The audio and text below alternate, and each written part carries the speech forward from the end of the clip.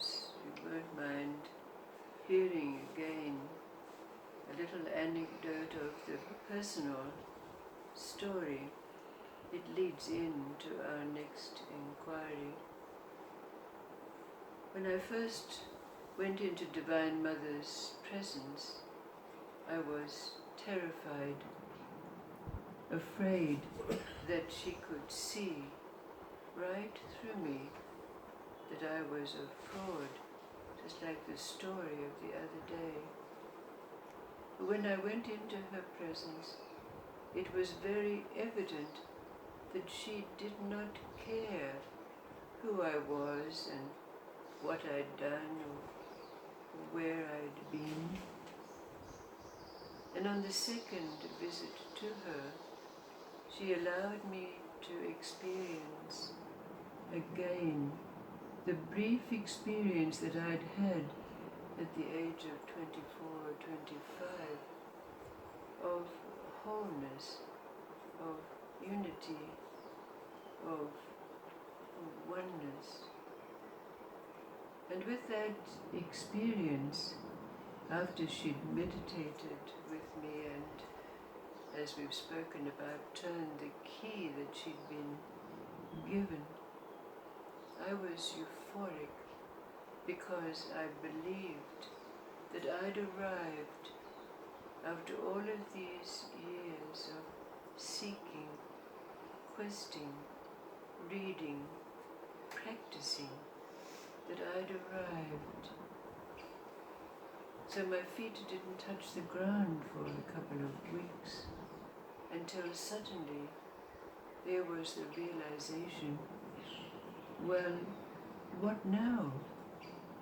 What happens from now? And there was the clear awareness that all of those years of questing, seeking and practices was like kindergarten, and the real beginning was with her. So you could say that the journey began and ended with what we could describe as wholeness, or the awareness of wholeness. But in the following days, it was experienced that what ensued from this place of wholeness is the recognition, the acceptance, the embracing of and being embraced by what in Zen and Buddhist terms is called emptiness.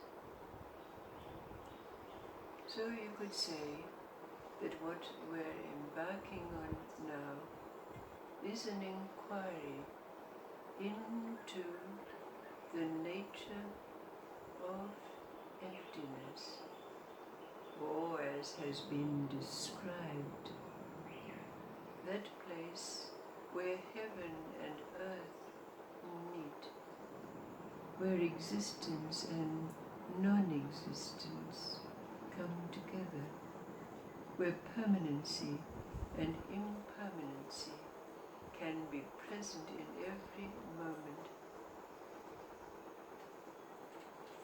So it goes back to an old story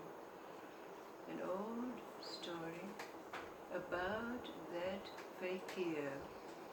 Now a Fakir is known to be somewhat of a dervish, but one with occult powers, the powers of magic, you might say. And so there was that dervish who, after many years of seeking and questing, found that he had in his possession a bag. You could say in sensory terms. It was a black, empty bag. But our Fakir found that whatever he placed in this bag disappeared.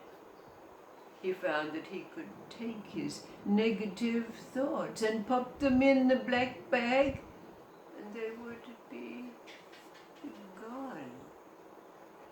And then it extended into the days of life, where he found that the negativity that was abounding, that he met in the streets and in the marketplaces, he could pop it into his black bag and they would disappear.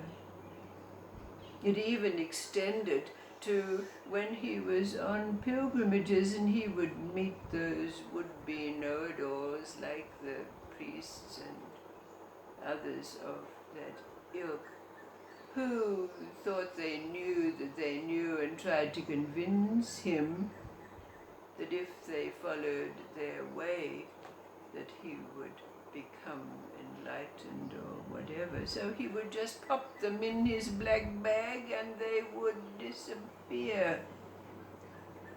And then, of course, it extended to a purpose in his life, and that was to eradicate evil from the world. So wherever he went, where evil became known to him, he would pop it in his black bag and it would disappear. So life went on like this. This was his quest, the eradication of all that was evil in the world, and he had a long and fruitful life in that way. Although there was that time when he got rid of quite a deal of the evil that was abounding, and so all that was left were the demons and the devils and the ghouls. And when he put them into his black bag, they kept inflating again. So he had to take his black bag to a ironmonger and using his hammer on his anvil, beat the bag so that the emptying process could be completed. Long process. But then it came to his time of departing this earthly realm. So, to his great surprise, he found himself in the nether worlds, at the very gate of Gehenna, hell itself. And of course, he was greeted there and was about to be welcomed in when he said, "What am I doing here? I've fought evil all of my life." And the demons at the entrance said, "Well, it's because you made all of that real, that evil, that you belong here." So he thought to himself, well, this is not any good. So he said, "I'll just pop hell into my black bag." And so he did. And so, of course, when hell was removed, there was nothing left for him and nowhere else for him to go but to heaven. So when he got up there at what we know as the pearly gates, and St. Peter was there to greet him, and St. Peter said, "Well, you can't come in here because all you did all your life was make evil real." And the old Fakir thought to himself, well, if I can pop everything into my black bag and you won't let me into heaven, I'll just pop you into my black bag. And that's exactly what he did.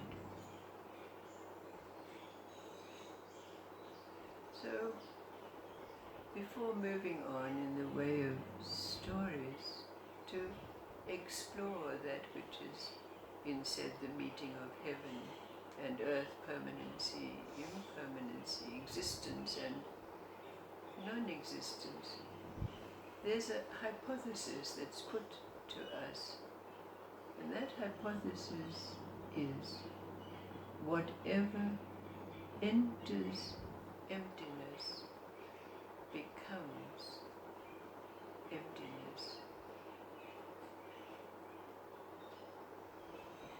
So if we take it directly to this story, we can ask ourselves, what does this Fakir's black bag represent?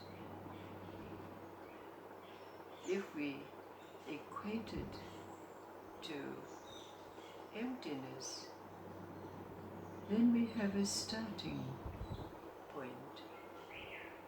We don't need to ask, where is this black bag?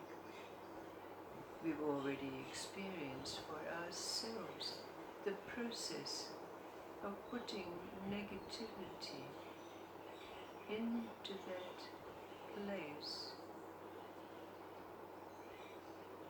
We know how to bring our thoughts back to a place where they no longer constitute the demons and the devils.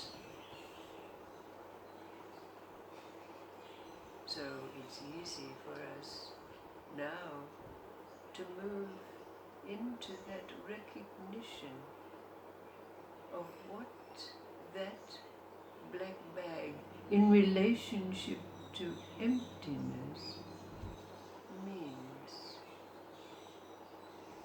The meeting of heaven and earth, the earth being that which the black bag represents, and